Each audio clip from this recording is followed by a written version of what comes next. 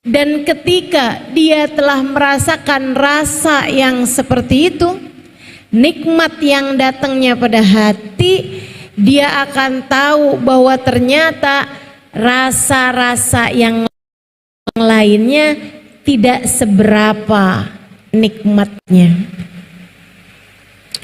Rabi'ah al-Adawiyah mengatakan tentang kenikmatan ini, katanya beliau, andai satu nikmat yang Allah berikan kepada sehelai rambut saya dibagikan kepada seluruh penghuni bumi, niscaya mereka akan tertawa kesenangan.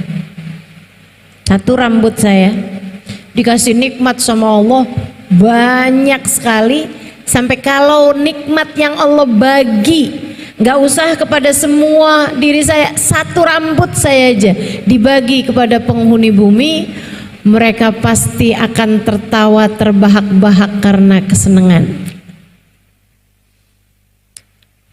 Ulama yang lain pun juga demikian, sampai ada di antara mereka Sayyidina Ibrahim ibn Adham alaihi ridwanallah, beliau mengatakan, andai para raja, andai para putra mahkota, andai para pejabat-pejabat, presiden-presiden dan pengusaha-pengusaha kaya, mereka tahu nikmat yang Allah berikan ke dalam hati kami, para kekasih-kekasih Allah Subhanahu wa taala, laqataluna hasadan, niscaya mereka akan membunuh kami karena hasud atas kenikmatan tersebut.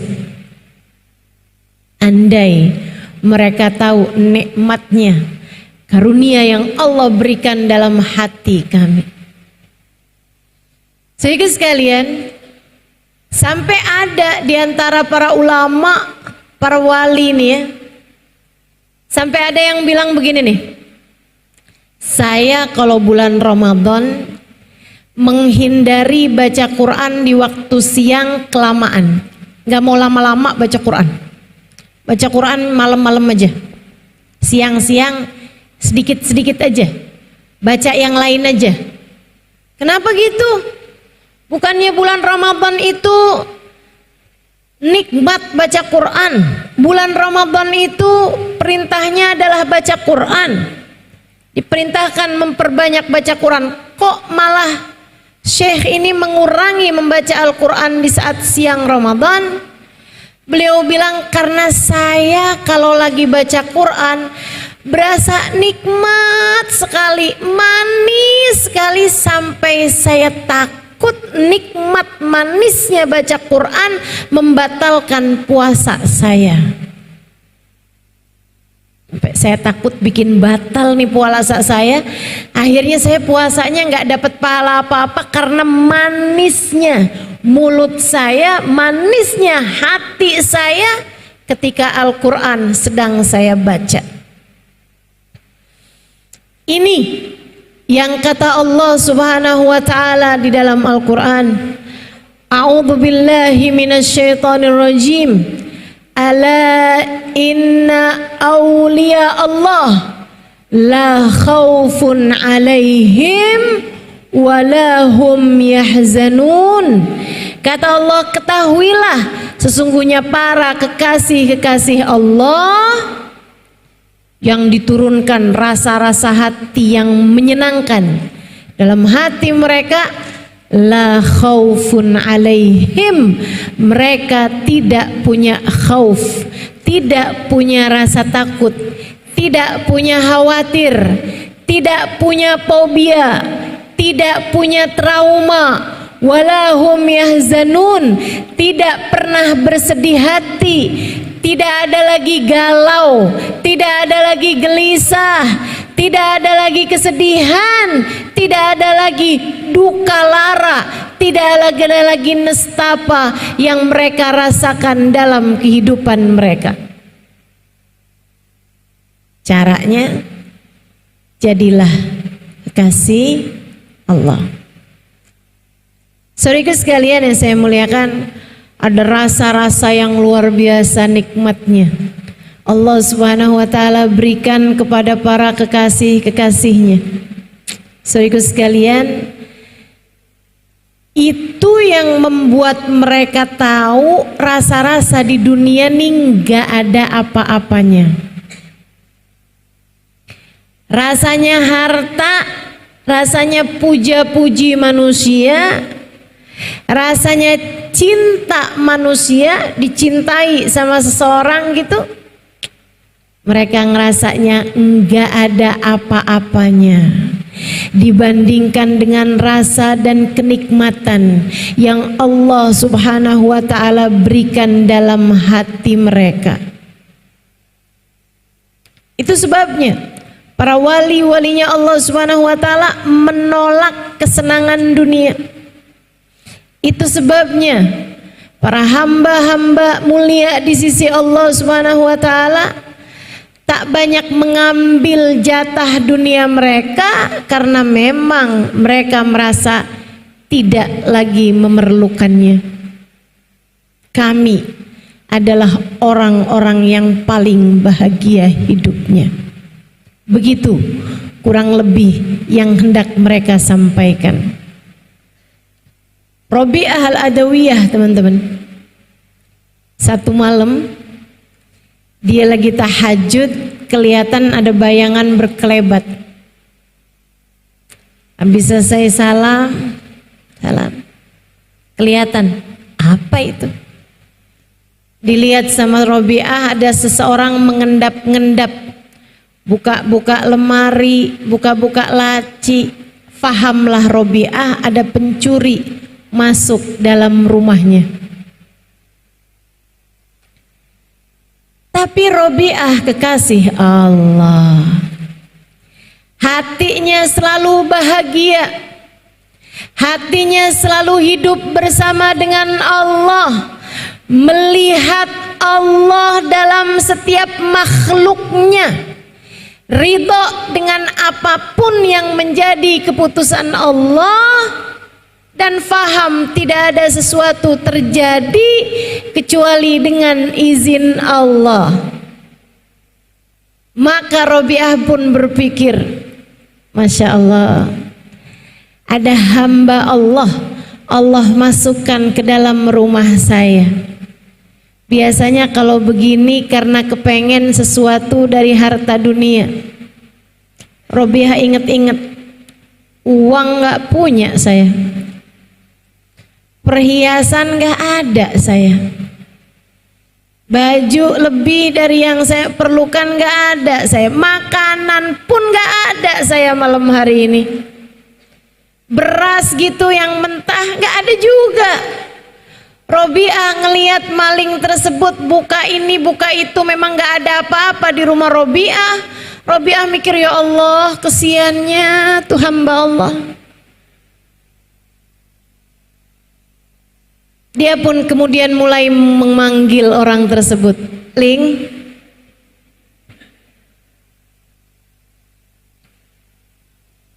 dipanggil, dia bilang, iya, kamu masuk ke rumah saya karena menginginkan sesuatu dari harta dunia. Iya. Kamu kecewa karena ternyata di rumah saya nggak punya apa-apa. Iya. Ternyata rumahnya Rabi'ah lebih miskin dari rumah malingnya. Rabi'ah kemudian berkata, dan saya tidak mau ada seseorang masuk ke rumah saya dan keluar dalam keadaan kecewa. Jika saya tidak bisa memberimu sesuatu dari harta dunia, izinkan saya memberikan padamu sesuatu dari harta akhirat Allah. Pergilah berwudu, saya punya air sisa wudu saya. Kemudian sholatlah di sini 2 rakaat, aku akan berdoa untukmu. Subhanallah, malingnya nurut aja.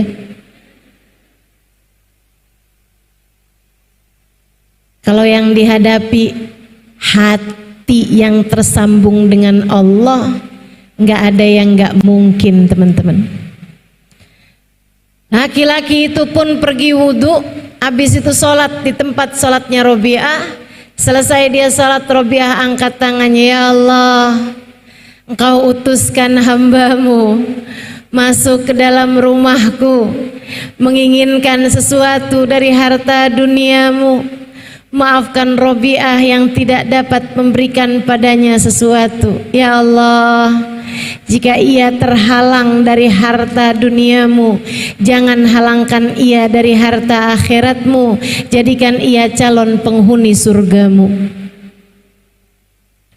Orang masuk ke rumah Robiah jadi maling, keluar jadi ahli surga. Kenapa begitu? Yang dihadapi hati yang hanya ada Allah di dalamnya. Hati yang paling bahagia sehingga tidak pernah terfikir, tidak pernah mengerti bagaimana cara menyakiti atau melukai orang lain.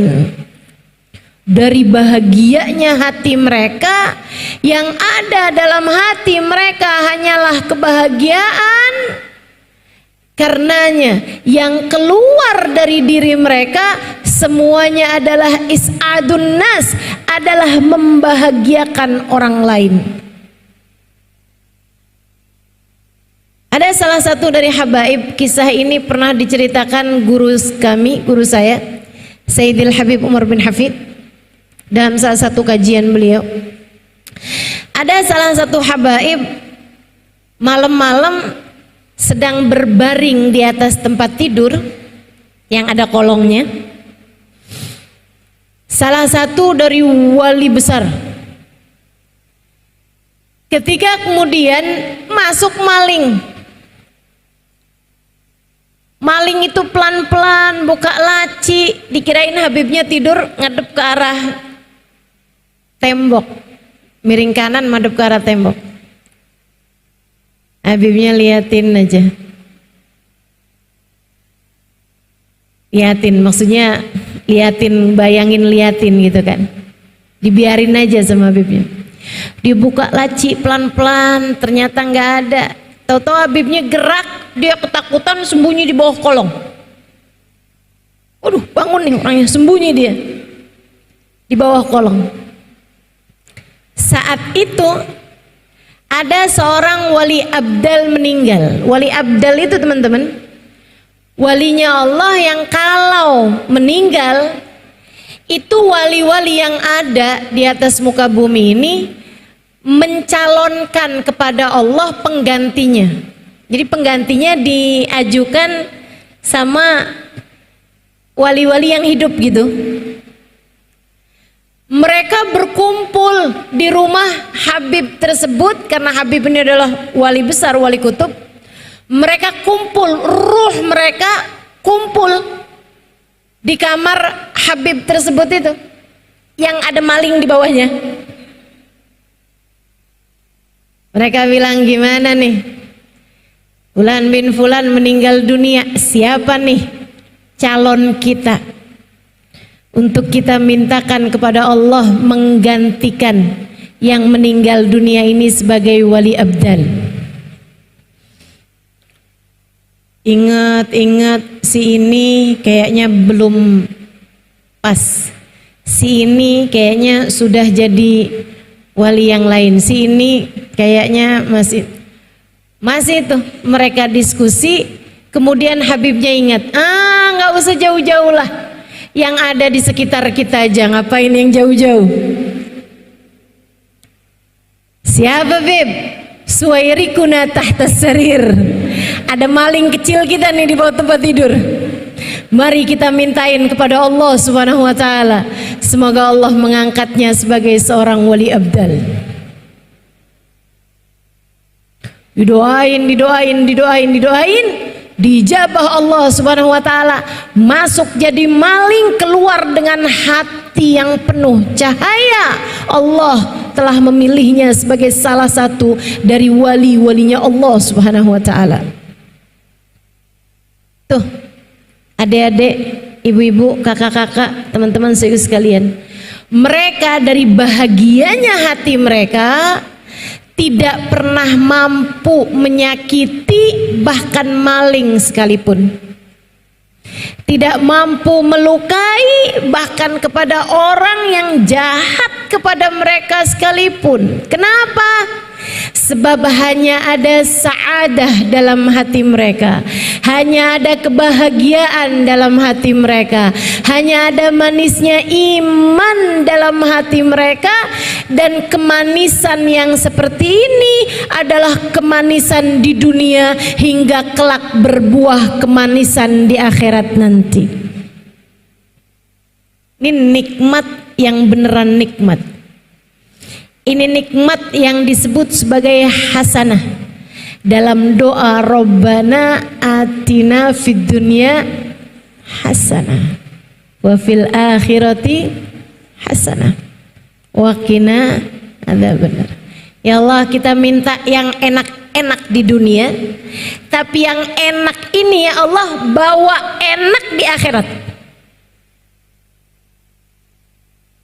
Enaknya hidup dengan Allah, enaknya hidup dalam pandangan Allah, enaknya hidup menjadi kekasih Allah, enaknya hidup menjadi umat Nabi besar Muhammad sallallahu alaihi wa ala alihi wa sahbihi wasallam. Mari, kalau kamu mau kejar kesenangan yang ini layak dikejar. Kalau kamu mau mencari kebahagiaan yang ini akurat, saudariku sekalian, akurat. Kalau ada orang bilang kebahagiaan ada pada harta, saya sudah membuktikan ketidakakuratannya. Ada banyak orang kaya yang saya temui, namun hati mereka tidak bahagia. Ada banyak orang-orang kaya yang jadi pasien dari dokter-dokter jiwa, minum antidepresan, minum obat-obat penenang. Menurutmu orang kalau minum obat penenang ngapain? Kalau bukan nyari tenang. Kalau orang nyari tenang ngapain? Kalau tidak karena dia merasa tidak tenang. Saudaraku sekalian yang saya muliakan, ada banyak orang-orang menyangka kebahagiaannya ada pada pangkat dan jabatan. Enggak, teman-teman sekalian, enggak, beneran enggak. Jabatan itu lebih kepada amanat yang harus dipertanggungjawabkan. Ia lebih mirip kepada ujian daripada sebagai sebuah karunia dan hadiah. Karunia itu adalah bahagia, dan bahagia itu letaknya tidak di sana. Tidak ada pada popularitas, tidak pada popularitas. Ada banyak orang-orang populer yang justru malah mengakhiri hidupnya dalam keadaan yang tidak menyenangkan.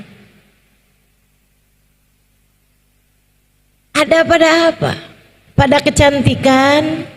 Tidak, teman-teman, tidak. Yang cantik-cantik dan menderita banyak sekali, banyak sekali. Tidak di sana letaknya kebahagiaan. Pada cinta manusia? Enggak juga, tidak juga. Kebahagiaan letaknya tidak di sana. Bukan ketika suamimu sangat mencintaimu, atau ketika ada seorang laki-laki yang sangat mencintaimu, menghadiahimu dengan bunga tiap hari, bikinin puisi untukmu, berkata kepadamu, saya liatin malam kenapa gelap ya. Ketika memandang wajahmu saya tahu ternyata bintangnya semua pindah di matamu.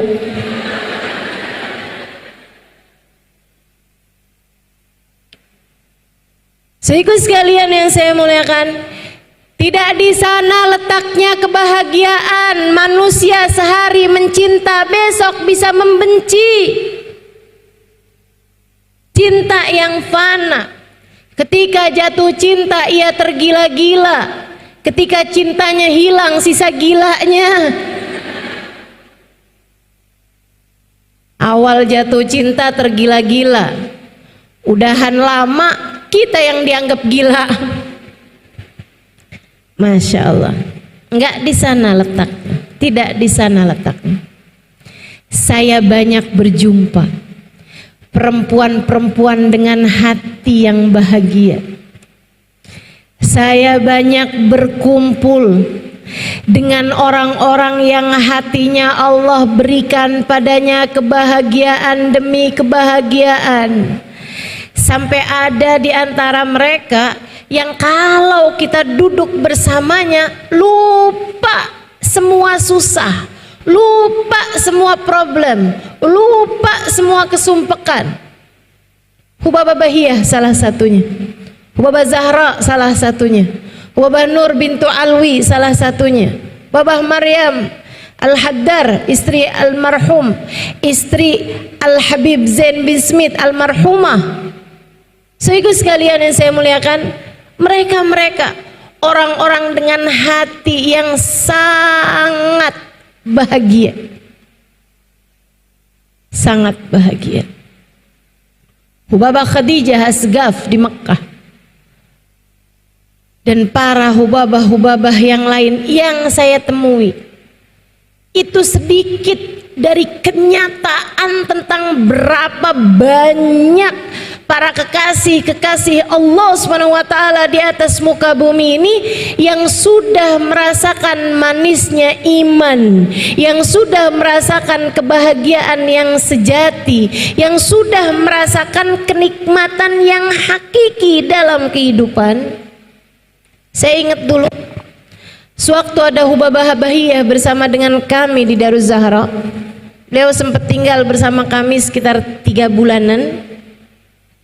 Dari Sya'ban, Ramadan, Syawal, kemudian Dzulqa'dah beliau berangkat pergi haji. 3-4 bulan beliau tinggal bersama kami di Daruz Zahra dulu. Kalau saya ada masalah, saya sedang sumpek gitu karena 1-2 hal, teman saya akan bilang, Kak Ima pergi deh ketemu Hubabah Bahiyah aja sana. Sumpek bener begitu tuh, sana dah pergi ketemu Hubabah Bahiyah.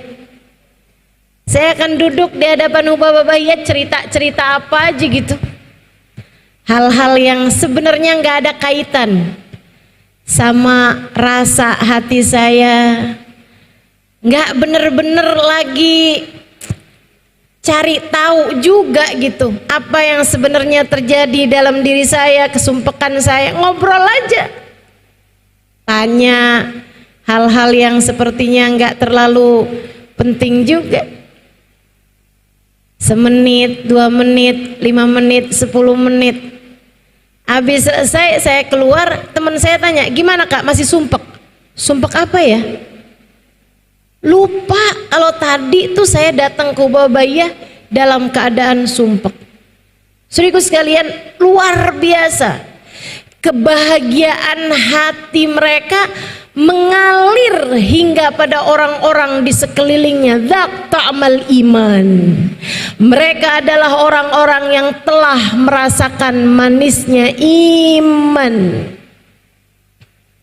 Mereka orang-orang yang telah merasakan manisnya iman, bahagia, dan kebahagiaan itu mengalir selain pada diri mereka juga pada orang-orang di sekeliling mereka.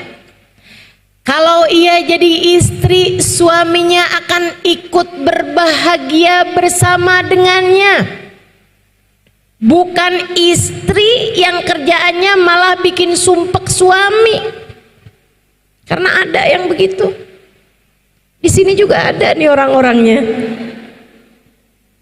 Suami lagi seneng-seneng pulang dari masjid, begitu masuk dalam rumah lihat istrinya empet bener, sumpek bener.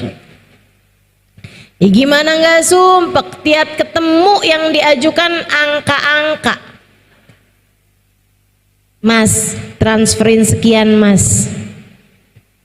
Mas, biaya ini sekian mas. Mas, angka aja. Gimana mau bahagia dan membahagiakan jika yang kamu jejali di dalam hatimu hanya sekedar angka yang akan membuat kamu juga menjejali hal yang sama kepada suamimu.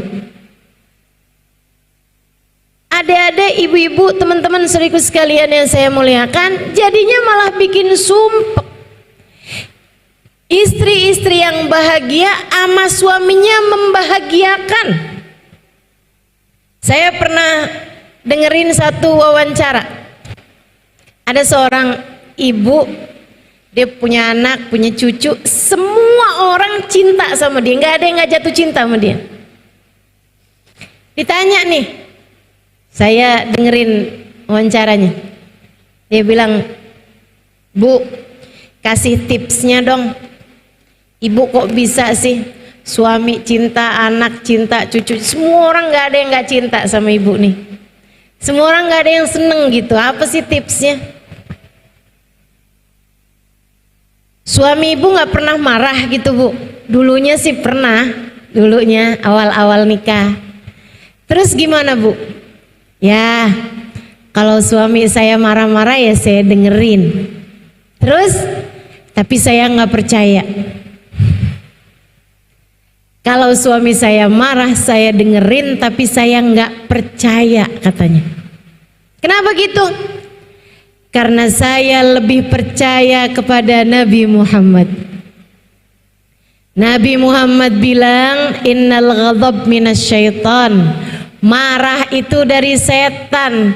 Jadi ini sekarang yang lagi marah-marah ini adalah suami saya yang sedang dikuasai sama setan. Ngapain saya percaya sama setan?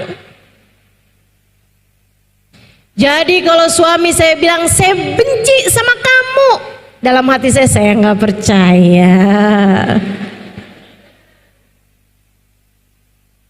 Saya marah sama kamu, saya nggak seneng punya istri kamu. Gak percaya.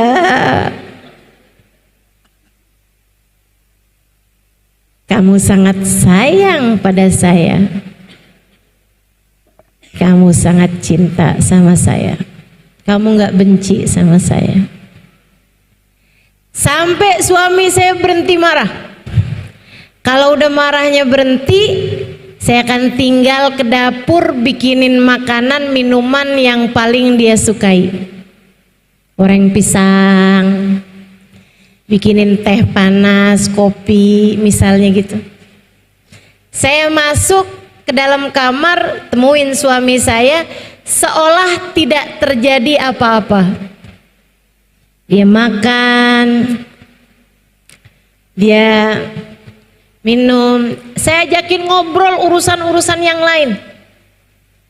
Bang, ternyata Ramadan udah tinggal 11 hari lagi loh. Nggak berasa ya bang, rasanya kayak baru kemarin kita lebaranan. Nggak ada kaitan sama kemarahan suaminya.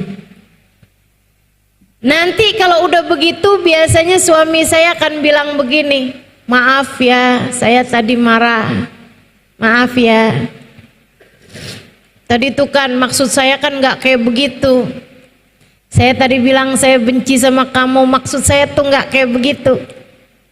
Saya akan tersenyum padanya kemudian bilang, iya saya tahu. Saat itu saya percaya, sebab saat itu suami saya tidak lagi dikuasai oleh setan. Nah yang kebanyakan terjadi sama kita kan dibalik.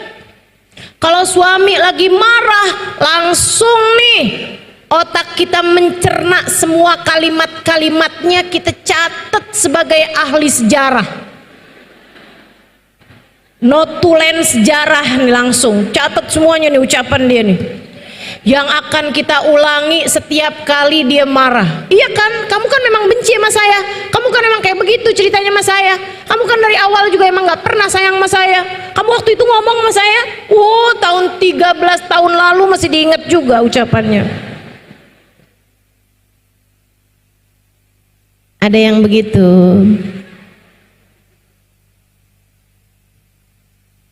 Pas giliran suaminya bilang, maaf ya, saya tuh tadi lagi marah-marah sama kamu. Jawaban kita biasanya apa? Kan? Makanya. Insyaallah. Sehingga sekalian yang saya muliakan, tuh hati yang bahagia. Hati yang bahagia bisa memberikan kebahagiaan demi kebahagiaan kepada orang-orang di sekelilingnya. Anak-anaknya merasa bahagia di dekatnya, suaminya merasa bahagia di dekatnya, kawan-kawannya selama di pondok pesantren bahagia di dekat dia, aman untuk berada di dekatnya, nggak jadi orang yang ketika bareng dipuja-puji, ketika nggak ada diomongin, digibahin. Ada berapa banyak di antara kita yang seperti itu? Kita ngerasa kalau kita lagi pergi nih, kayaknya teman-teman saya gibahin saya deh. Bukan begitu? Sehingga sekalian yang saya muliakan, hati yang bahagia dapat menebarkan kebahagiaan kepada siapapun yang ada di sekelilingnya. Sebelum saya kasih tahu caranya, biar bisa merasakan manisnya iman, menikmati, mensyukuri, menjadi wanita umat Nabi besar Muhammad Sallallahu Alaihi Wasallam, yang disayang sama nabinya, yang disayang sama Tuhannya. Saya mau cerita sebelum itu tentang seorang perempuan yang diceritakan sama Hubabah Syarifah. Ada berapa waktu yang lalu Hubabah Syarifah bercerita tentang salah satu guru beliau, yang dari gurunya tersebut namanya Hubabah Ummu Muhammad. Dari beliau Hubabah Syarifah mengambil sanad Al-Quran. Beliau ini seorang hafizah, seorang hafal Quran, hamilatul Quran, pembawa Quran dalam dadanya. Dulunya lagi zaman mudanya, Ustazah Ummu Muhammad ini, Hubabah Ummu Muhammad, masih muda, umur 20-an, sebelum itu bahkan nikah dari umur belasan tahun sampai ketika umur 20-an tahun belum juga punya anak. Periksa ke dokter, dokter kemudian dengan berat hati menyampaikan, maafkan, ternyata adik ini ada masalah dalam rahimnya sehingga tidak akan bisa hamil, mandul tepatnya. Wallahu a'lam masalahnya apa, tapi dokter memutuskan dia nggak akan pernah punya anak. Satu hari dia orang yang hatinya bersih ini ya, sehingga sekalian saya muliakan, memang bersihnya hati itu modal utama kebahagiaan hidup dunia akhirat. Kalau di akhirat sudah pasti Allah bilang a'udzubillahi minasyaitonirrajim, yauma la yanfa' mal wala banun illa man atallah biqalbin salim. Di akhirat nanti tidak selamat orang bawa harta, tak selamat orang bawa anak. Yang selamat adalah orang yang datang pada Allah dengan membawa hati yang selamat. Tapi rupa-rupanya bersihnya hati, bagusnya hati juga adalah merupakan modal utama kebahagiaan hidup kita di dunia sebelum kelak di akhirat nanti. Perempuan ini nih, Ummu Muhammad, yang waktu itu tentu belum jadi belum jadi ibu. Seorang perempuan yang hatinya bersih merasakan manisnya iman. Karena dia seperti nanti yang akan saya sampaikan, radhiya billahi rabba wa bil islami dina wa bi Muhammadin sallallahu alaihi wasallam nabiyan wa rasula. Saudaraku sekalian yang saya muliakan, beliau itu hatinya sangat indah. Satu waktu neneknya suaminya yang sudah sakit-sakitan dan berusia sangat tua, itu anak yang mengasuhnya meninggal dunia. Jadi dia punya nenek. Neneknya tuh asalnya ikut sama salah satu dari tantenya, salah satu dari bibinya dia gitu, bibinya suaminya. Ya, ibunya suaminya udah meninggal, gitu kan. Jadi si nenek ini dirawat sama salah satu tantenya. Nah, tantenya ini meninggal. Akhirnya keluarga besar rapat. Siapa nih yang mau rumahnya ketempatan sama nenek ini? Si ini nggak mau karena anaknya banyak. Si ini nggak mau karena nggak ada istri. Salah satu pamannya gitu ya, nggak mau karena dia nggak ada istri, jadi repot, takutnya begini begitu. Belum ada yang pas, sampai kemudian si cucu laki-laki ini dia bilang, boleh saya tanyakan pada istri saya, kalau dia nggak keberatan biarkan nenek tinggal bersama dengan saya. Pulang-pulang dia bilang sama istrinya, gimana kalau kita ngambil nenek kita biar di rumah kita. Si istri nih, perempuan hati bersih begini nih, perempuan hatinya baik begini, mudah-mudahan Allah karuniakan pada kita sekalian. Dia bilang, oh masya Allah, alhamdulillah, seneng banget biar bisa jadi temen saya. Kan juga saya belum ada anak atau nggak ada anak, udah biarkan di rumah aja, seneng bener. Alhamdulillah saya punya teman di rumah. Jadi saat kamu pergi kerja, saya ada seseorang yang bisa saya ajakin ngobrol, bisa saya ajakin cerita, bawa nenek kamu kemari. Tapi kan nenek saya sudah sakit dan gak bisa bangun dari tempat tidur. Ya gak apa-apa, nanti kita urusin pelan-pelan, insya Allah Allah bantu kita. Ambil nenek kamu, nenek kita bawa ke rumah. Maka sang nenek itu pun dibawa ke rumahnya, tinggal bersama dengan cucunya dan istrinya. Saudaraku sekalian, gak bisa ngapa-ngapain di atas tempat tidur. Si anak perempuan yang merupakan menantu cucu atau istri dari cucunya ini, tiap pagi neneknya dimandikan, dibersihkan, dilap, diwangi-wangiin, pakein baju yang bagus, dibedakin, dipakein celak. Habis itu udah wangi, cakep, dibersihin tempat tidurnya semuanya. Dia kemudian siapkan makanan, disuapin neneknya dengan senyum sambil diceritain macem-macem. Sampai nanti udah agak siangan dikit kasihin apalagi diurusin dengan penuh cinta, dirawat dengan sepenuh hati. Nanti kalau pas lagi bulan terang, dia akan bilang ke nenek itu, "Nek, bulannya terang banget, Nek. Nenek mau lihat?" Kata neneknya, "Boleh, pelan-pelan ya, Nek ya." Saya gendong nenek pelan-pelan ya, Nek ya. Digendong nenek tersebut itu dia bawa keluar. Kemudian di luar itu dia liatin bulan, cantik ya, Nek bulannya. Nenek inget sama siapa, Nek, kalau lihat bulan begini? Neneknya bilang, inget Nabi Muhammad, Nak. Ih ya ampun, nenek kok sama sama saya. Mereka berdua cerita-cerita nikmat sekali. Si cucu ini nih, anak perempuan baik hati ini.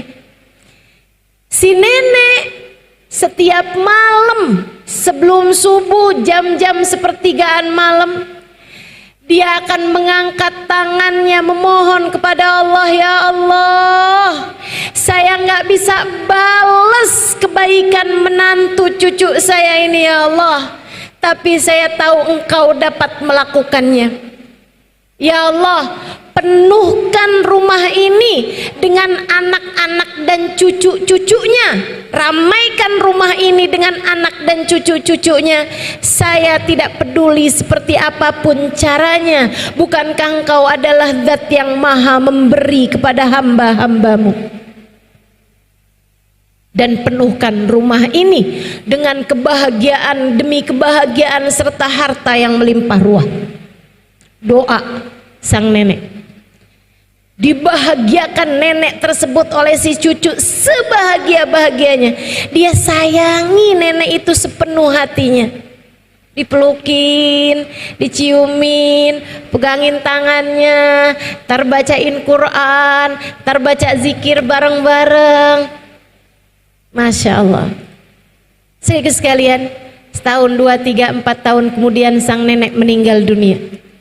Begitu dia meninggal dunia, subhanallah, keajaiban terjadi, hamil. Baru anaknya satu, hamil lagi yang berikutnya, anaknya satu, hamil lagi yang berikutnya, sampai punya 10 anak. Katanya mandul, punya 10 anak. Sedikit sekalian, suaminya kerjaannya tambah bagus, tambah bagus, tambah bagus, tambah bagus.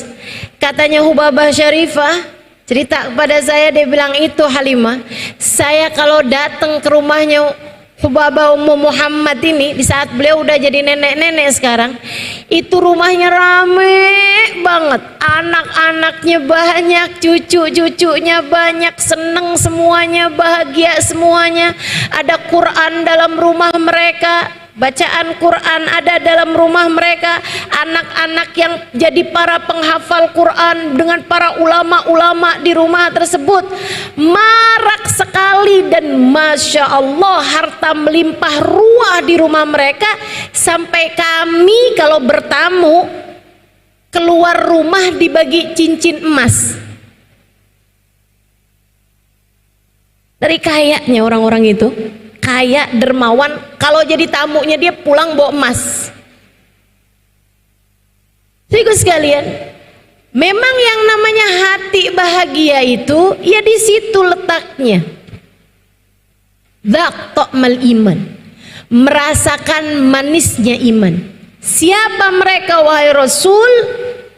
Man radiya billahi rabba, seseorang yang ridho Allah sebagai Tuhannya. Karenanya mereka akan selalu ridho dengan apapun yang menjadi keputusan-keputusan Allah Subhanahu wa ta'ala. Saat sehat mereka bahagia, saat sakit pun mereka bahagia, karena tahu sakit dari Allah. Allah kalau ngasih kita sakit adalah untuk meninggikan derajat kita, untuk mengampuni dosa-dosa kita, untuk menguatkan keimanan-keimanan kita. Maka tak masalah jika sakit, sebab ini adalah karunia dari Allah Subhanahu wa ta'ala semata. Mereka ridho terhadap apapun yang jadi keputusan Allah Subhanahu wa ta'ala. Dikasih enggak nikah, ridho. Dikasih nikah, ridho. Dikasih anak, ridho. Enggak dikasih anak, ridho. Saat dipuja-puji orang, ridho. Saat dijelek-jelekan orang, ridho. Alhamdulillah, Allah sedang mentransferkan pahala mereka ke dalam rekening saya.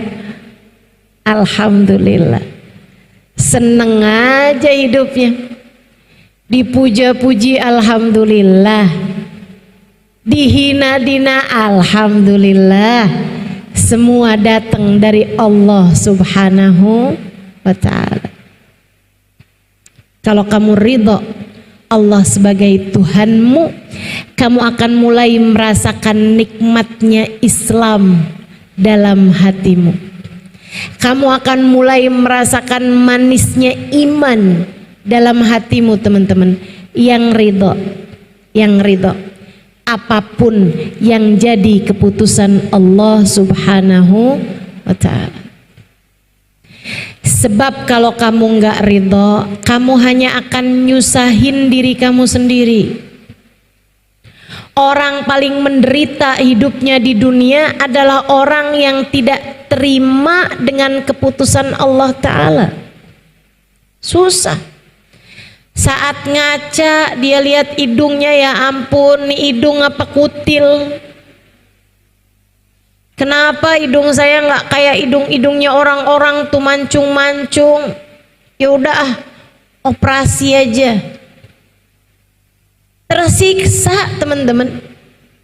Orang yang nggak ridho sama keputusan Allah tuh hidupnya paling tersiksa. Saya pernah ketemu sama perempuan. Saya perkirakan usianya 30 tahunan karena kulit mukanya mulus kenceng. Ternyata usianya sudah 52 tahun. Malam hari teman saya cerita, ustazah, perempuan yang ustazah ketemu tadi itu habis operasi ganti kulit muka. Jadi kulit mukanya dikletek, diganti kulit yang lain. Itu ustazah selama 2 bulan nggak boleh kena air kulitnya. Gimana tuh? Seneng nggak kira-kira? Enggak.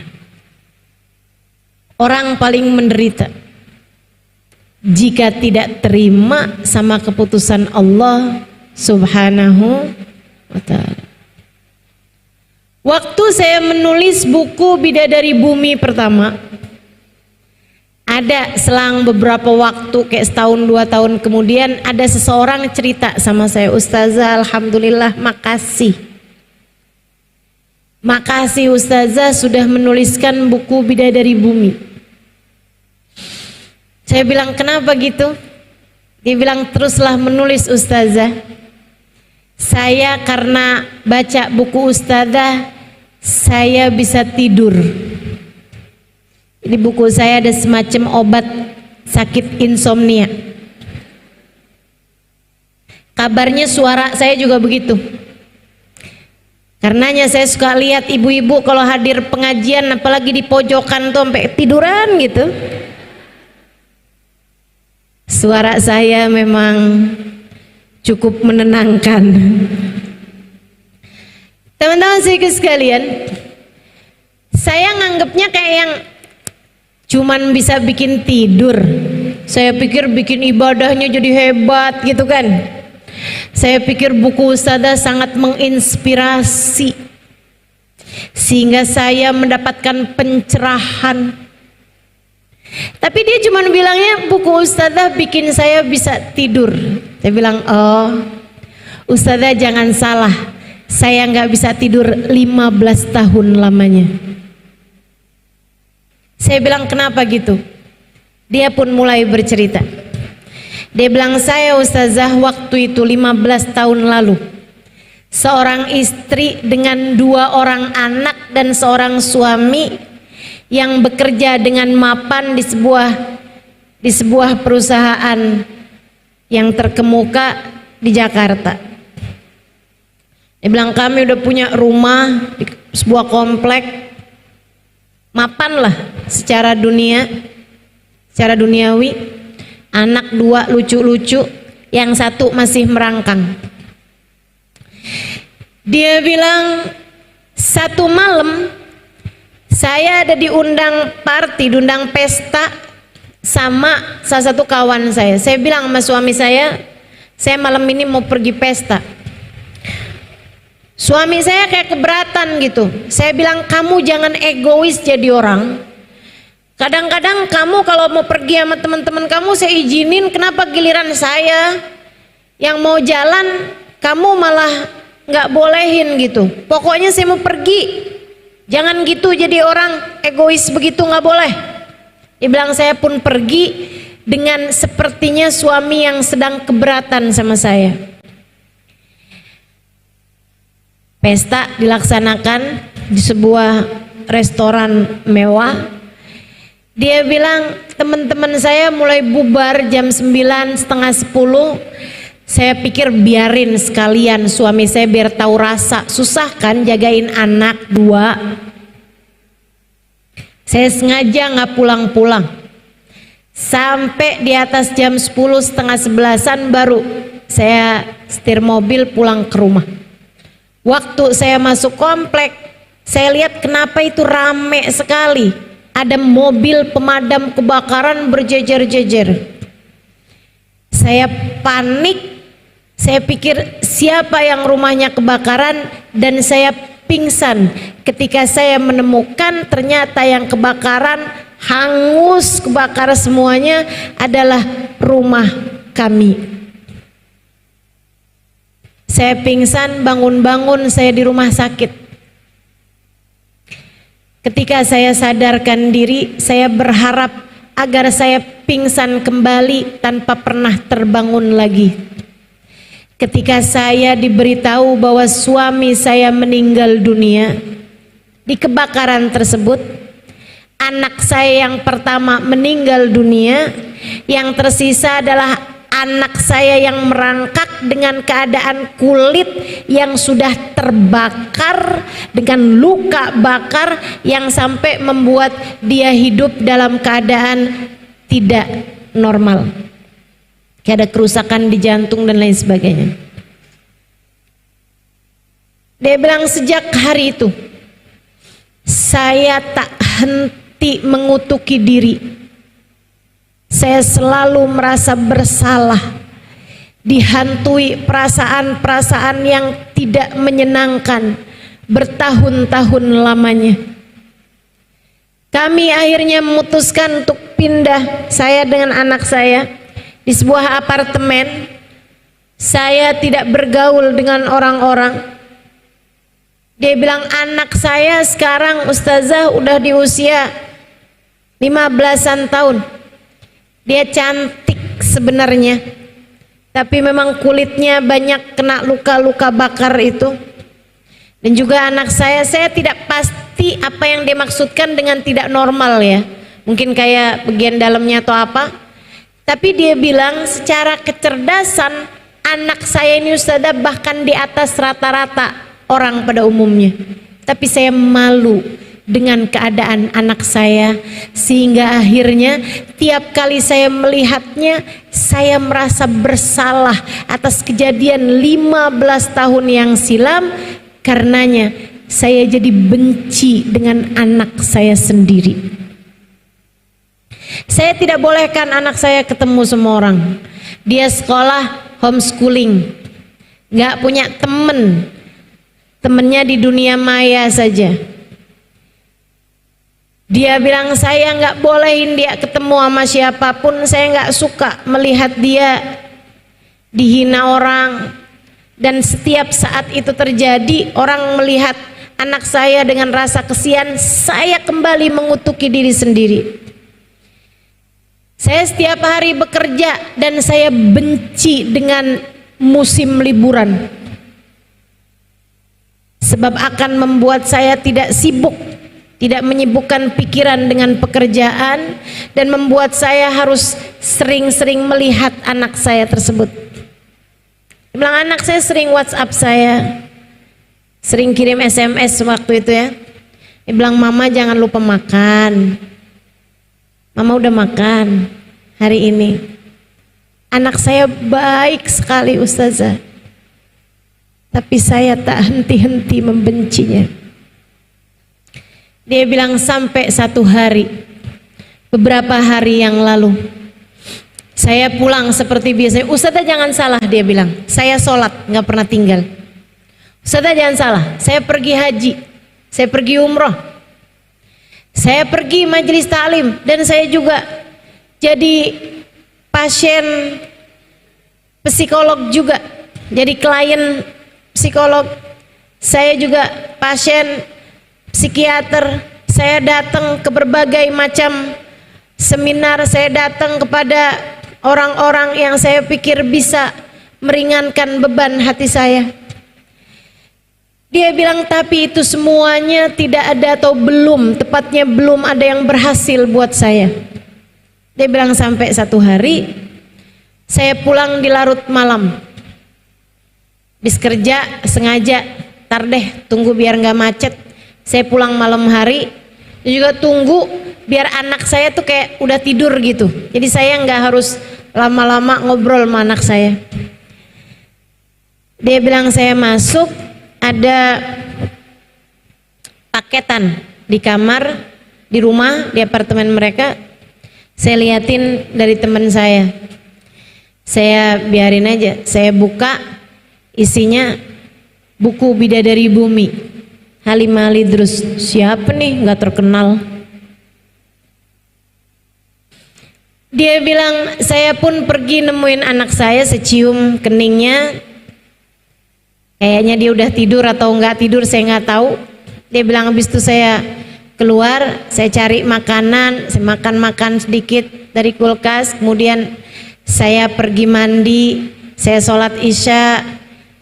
Habis itu saya buka televisi, nggak ada yang menarik. Saya buka bacaan-bacaan apaan, nggak ada yang menarik. Saya kemudian keingetan, buku yang tadi apa tuh? Saya pun mulai membacanya.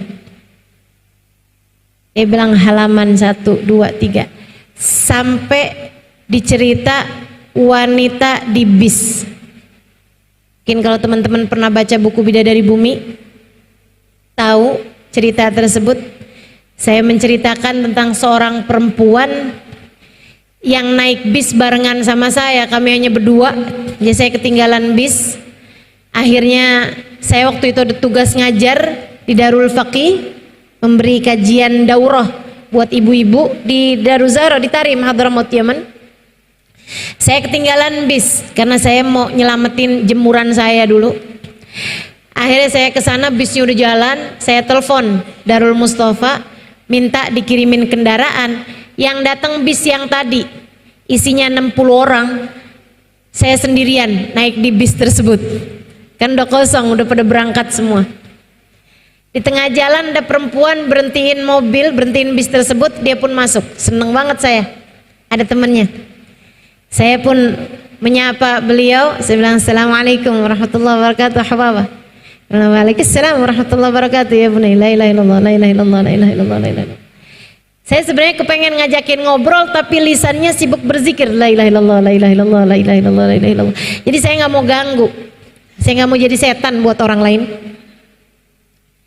Dia duduk di bangku depan, deketnya pintu itu, saya duduk di belakangnya.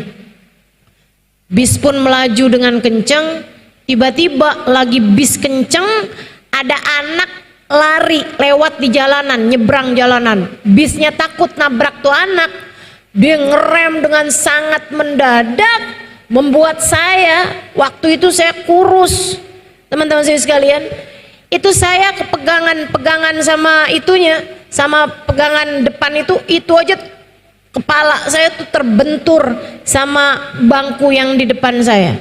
Sementara si ibu dua di depan saya itu, seorang ibu yang ada di 2 baris depan saya terjungkal, teman-teman saya sekalian, terjungkal, kepalanya terbanting, kemudian dia jatuh di tangganya bis tersebut itu.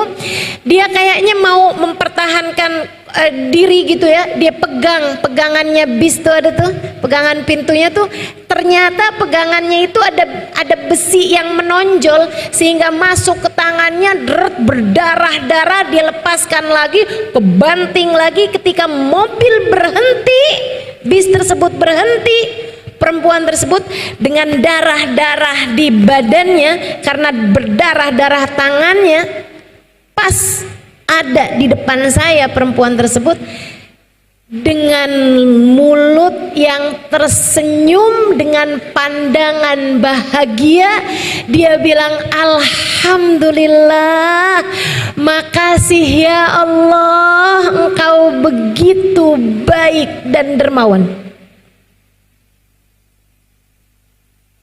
Saya pas lihat dia senyum terus ngomong gitu, jangan-jangan ada yang kena sarafnya nih. Ada orang kesakitan kayak begitu mestinya badannya pasti ngilu-ngilu, sakit-sakit, kebentur-bentur berkali-kali teman-teman. Dan dia senyum lebar dengan dia bilang, alhamdulillah, makasih ya Allah, makasih ya Allah, engkau begitu baik pada hamba-hambamu. Saya tanya dia, kaif halak Hubabah, bagaimana kabarmu Hubabah? Dan dia bilang, alhamdulillah, alhamdulillah, alhamdulillah, Rabbuna Karim, Allah Tuhan kita baik banget ya nak ya. Saya heran, dia nggak bilang ya udah sabar ya nak, nggak apa-apa kok misalnya gitu, enggak. Dia bilang alhamdulillah Rabbuna Karim, Tuhan kita baik banget ya nak ya. Saya bilang, baik gimana menurutmu? Dia bilang, nak, kamu nggak pernah baca hadisnya Nabi, innallaha idza ahabba abdan ibtalah. Allah apabila cinta kepada seorang hamba, Allah menguji hamba tersebut, dibuat sakit hamba tersebut, dibuat susah hamba tersebut karena Allah sangat mencintainya. Kita barusan dicinta sama Allah, makanya Allah ngasih kita sakit kayak gitu tadi. Alhamdulillah, makasih ya Allah, makasih ya Allah, makasih ya Allah. Saya hari itu turun dari bis, saya ngajar, habis selesai saya pulang, saya makan, saya hadir rohah, malam sholat jamaah dan sebagainya, sampai malam, sampai besok pagi saya nggak bisa tidur. Saya malu, saya menangis panjang malam, malu kepada Allah Subhanahu wa taala. Ya Allah, ya Allah, ya Allah. Ada hamba-hambamu di atas muka bumi ini yang mengerti mensyukuri sakit sebagaimana orang lain mensyukuri sehat. Ada hamba-hambamu di atas muka bumi ini yang ketika diberi ujian berupa kesulitan, mereka menikmatinya selayak orang lain menikmati kemudahan. Di atas muka bumi ini ada hamba-hambamu yang mengerti berterima kasih atas hal tidak menyenangkan dalam hidup mereka, sementara saya bukannya berterima kasih atas kenikmatan yang Allah berikan, kerjaan saya justru berkeluh kesah setiap ujian sekecil apapun datang menghampiri hidup saya. Saya tuliskan kisah itu di buku Bidadari Bumi Pertama. Dia bilang ketika saya sampai di cerita itu, Ustazah, air mata saya tak berhenti mengalir, dan itu adalah kali pertama dalam 15 tahun saya menangis. Sebelum-sebelumnya saya rasa air mata saya kering, hati saya begitu hampa. Saya selalu menyalahkan Allah Subhanahu wa taala atas ujian 15 tahun lalu yang datang dalam kehidupan saya.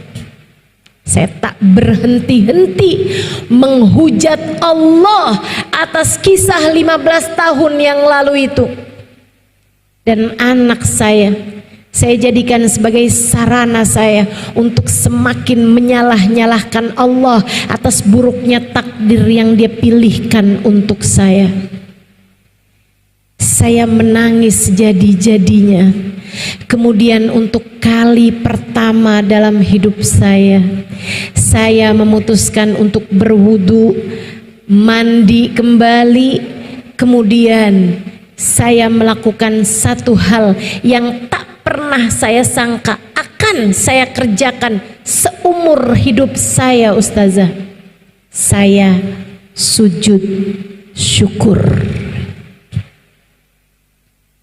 Sesuatu yang tak pernah saya pikirkan akan saya lakukan seumur hidup saya. Saya sujud syukur. Saya sampaikan kepada Allah, ya Allah, Terima kasih masih Engkau sisakan iman dalam hati saya. Terima kasih ya Allah, masih Engkau sisakan anak untuk saya. Terima kasih ya Allah, masih Engkau biarkan saya sholat menghadap kepadamu. Meski seburuk ini pemikiran saya tentangmu selama ini ya Allah, terima kasih. Betapa tak pernah kurang-kurang sebenarnya Engkau memberikan kepada saya selama ini. Akan tetapi fokus saya tak pernah melihat kenikmatan demi kenikmatan yang Kau berikan pada saya, karena saya hanya fokus kepada satu ujian berat yang datang 15 tahun yang lalu itu. Maafkan saya ya Allah, mata hati saya telah terbutakan olehnya. Sesudah saya sujud syukur, saya kemudian menghampiri kamar anak saya. Saya memeluknya. Saya sampaikan padanya, "Nak, maafkan mama, maafkan mama. Maafkan mama selama ini telah meninggalkanmu.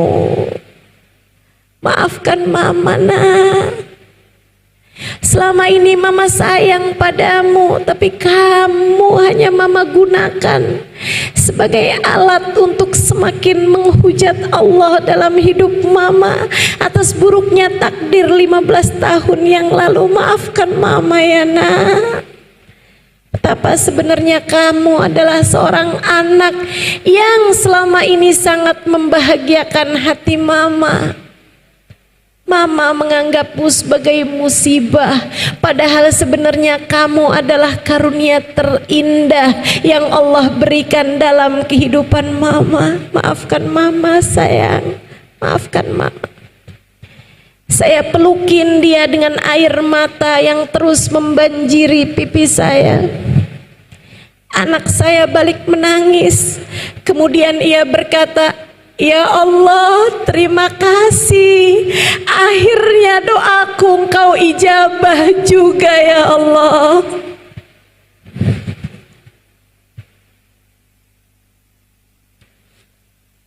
Kami menangis bersama-sama Ustazah. Kemudian sudah itu saya bilang sama anak saya, "Tidurlah kembali." Saya pun mengerjakan sholat sunnah. Kemudian saya ambil buku Ustazah kembali. Kedengaran adzan subuh, saya pun mengerjakan sholat subuh. Sesudah itu saya lanjutkan kembali membaca buku Ustazah. Dan entah di halaman keberapa saya jatuh tertidur. Sesuatu yang dalam 15 tahun saya tidak bisa tidur kecuali sesudah mengkonsumsi pil-pil tidur.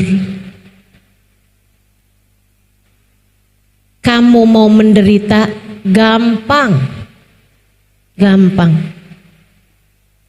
Fokus aja sama ujian yang datang dalam kehidupanmu, kekurangan yang Allah berikan padamu, kemudian bandingkan dengan orang-orang lainnya, hidupmu pasti akan menderita.